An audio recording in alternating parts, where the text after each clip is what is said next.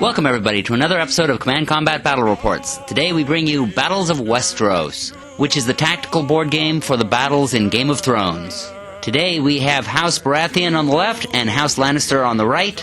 Neither player has read the books or seen the show, so let's see what they have to say about it. Hi, I'm Marty. We are starting our second round of Battles of Westeros based on the Game of Thrones. This is the House Baratheon expansion. It's the first map in that scenario. I believe for this one we are playing for victory points. Hello, I'm David, and we're here playing the Battle Lore rules for the Game of Thrones game. And we're playing another game, taking on a different house that has the Miss Witch Woman who seems to do all kinds of really nasty and unpleasant things to people.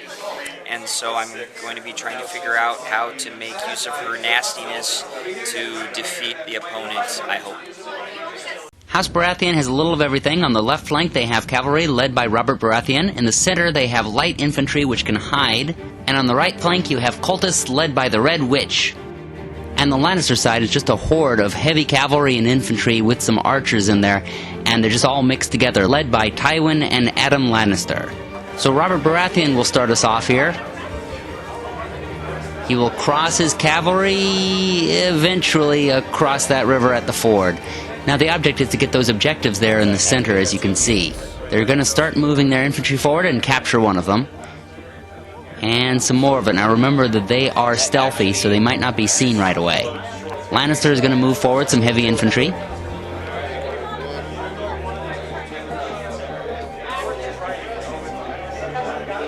And he's moving forward quite a bit of a front, it seems.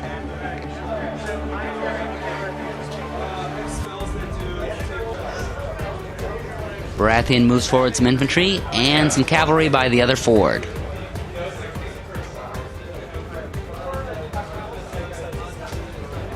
The Red Witch moves forward with some of her cultists.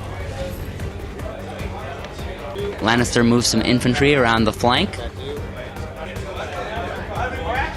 And you can never have enough cultists, so the Red Witch brings up some more to cover her flank. And the Lannister infantry skirts the flank and takes one of the objectives. That's gonna hurt David, who is sitting there really trying to figure out what to do.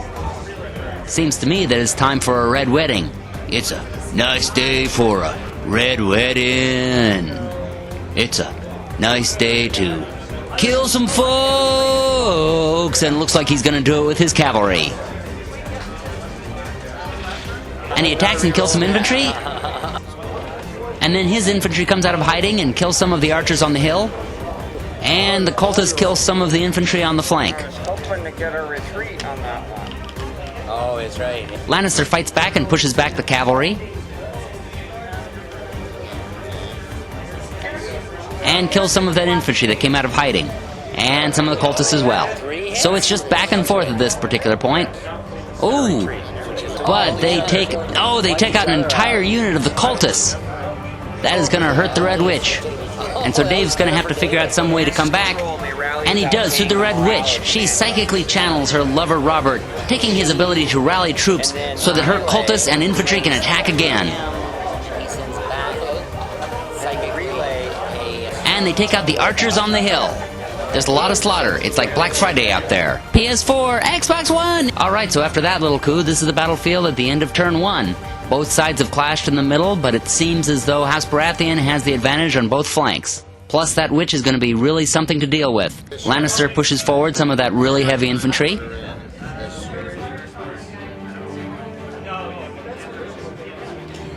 And some more in the center. Baratheon comes back with its sneaky infantry. The Lannisters managed to take out a little bit of that cavalry, which was quite tough. The archers do not see the infantry in front of them because they are stealthy, and so they have to fire at somebody who's a little further away. And more of the infantry fighting the cavalry and take more of them out. And Robert Baratheon is left alone. His escort is gone and he has to retreat back behind his troops. He sends forward his reserve cavalry, and one of them is killed right away and they are caused to retreat. And after pushing the cavalry back, the Lannister infantry moves forward onto the objective. And the heavy infantry continues to relentlessly push at that cavalry. They are knocking them out left and right. He counters by bringing forward some infantry. Now Marty considers his next move.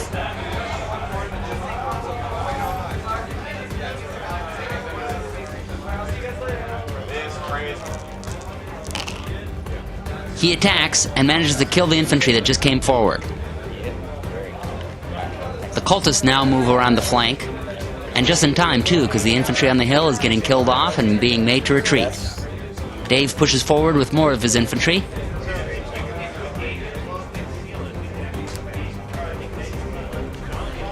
And he manages to push back some of the Lannister infantry.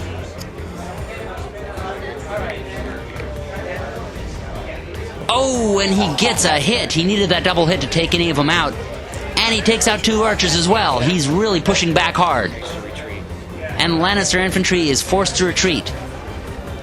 David considers moving his light infantry to pursue him, but sees that he's on the objective and it's a lot of heavy infantry up. Nope, he's gonna go forward. Never mind about that. And he takes out one of the archers. This is the end of turn 2. House Baratheon is managing to push forward on their right, and Lannister's managing to push forward on their right, but it's all very, very slow. As you can see, it's kind of a meat grinder in both areas. In both cases, the defenders are managing to hold them off, but they are being whittled down bit by bit. And pretty soon there will be no more Lannister down here, and no more Baratheon up here. This is the current score. It is tied at 2 each, and nobody has permanently taken an objective. They're both on objectives, but neither of them has actually taken an objective by being there the entire turn. The Lannisters are going to move their infantry forward again and try to take out that cavalry.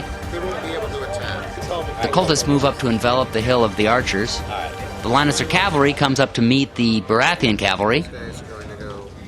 And the rest of their cavalry runs all the way to the other side to protect their flank. And the Baratheon cavalry rides around to meet that threat.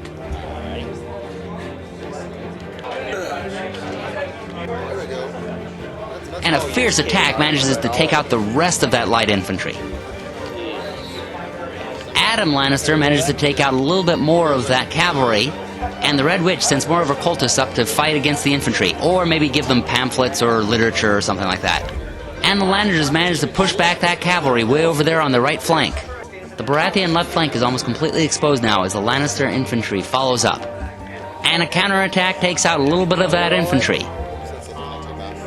And on the other flank, the Baratheon infantry manages to take out those pesky archers on the hill.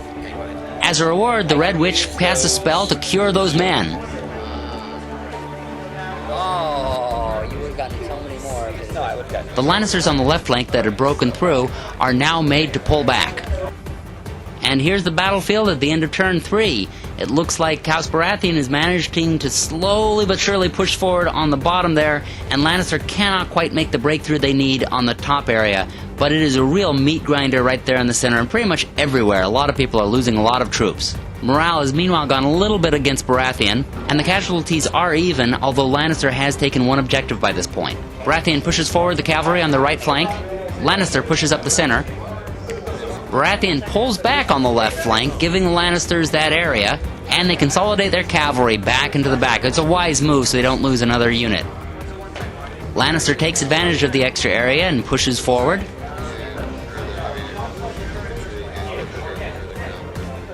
Baratheon gives them the breathing room and pulls back. Lannister brings in their reserve cavalry. Baratheon pulls back their cavalry from the right flank and realizes the objective is more important. More fighting in the center takes out some heavy infantry.